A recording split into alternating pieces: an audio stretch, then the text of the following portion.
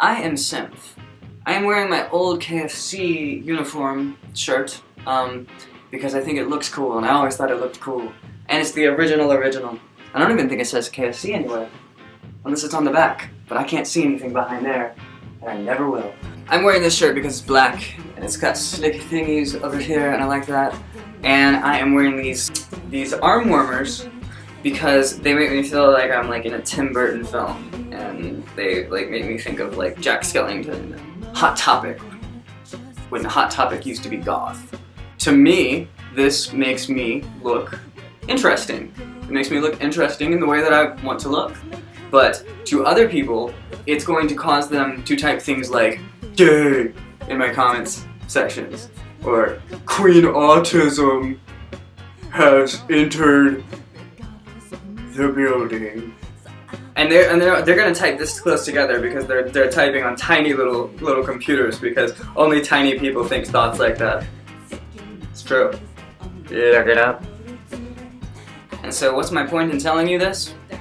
Individuality is something we preach a lot, but it's not something we actually want.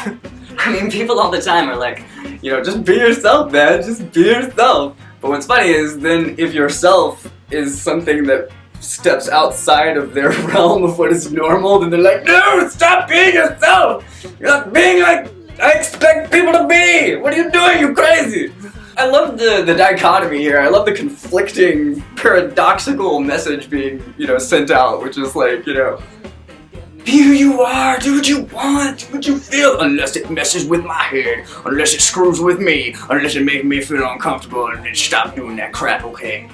You know what I mean? There's just this kind of little like epiphany that I have had a long time ago, and I've just always carried it up here. And I just wonder how many other people see this. You can't act weird for a human being if you're a human being. You can't act weird. You can't do it.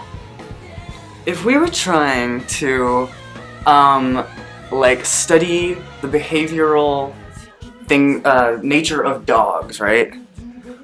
And you have like 5 dogs that are doing like normal dog things, you know, they're like, I don't know, they're like trying to get food, and they're like pouncing on each other and playing and all of this stuff. And then you got this one dog who's not over there with them. And what he's doing instead is he is trying to, I gotta think of a good example. I can't think of anything that's funny enough. It's gotta be funny.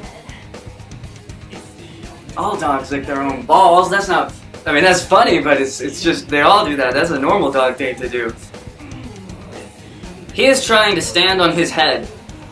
He's just like, I can do it! I'm a stand by him! And he just keeps rolling over because he doesn't understand that his anatomy would never allow for him to stand on his head, but he's just trying to do it, right? Well, you wouldn't look at that and then go, oh, he's a terrible example of a dog. We're not gonna put him in this data.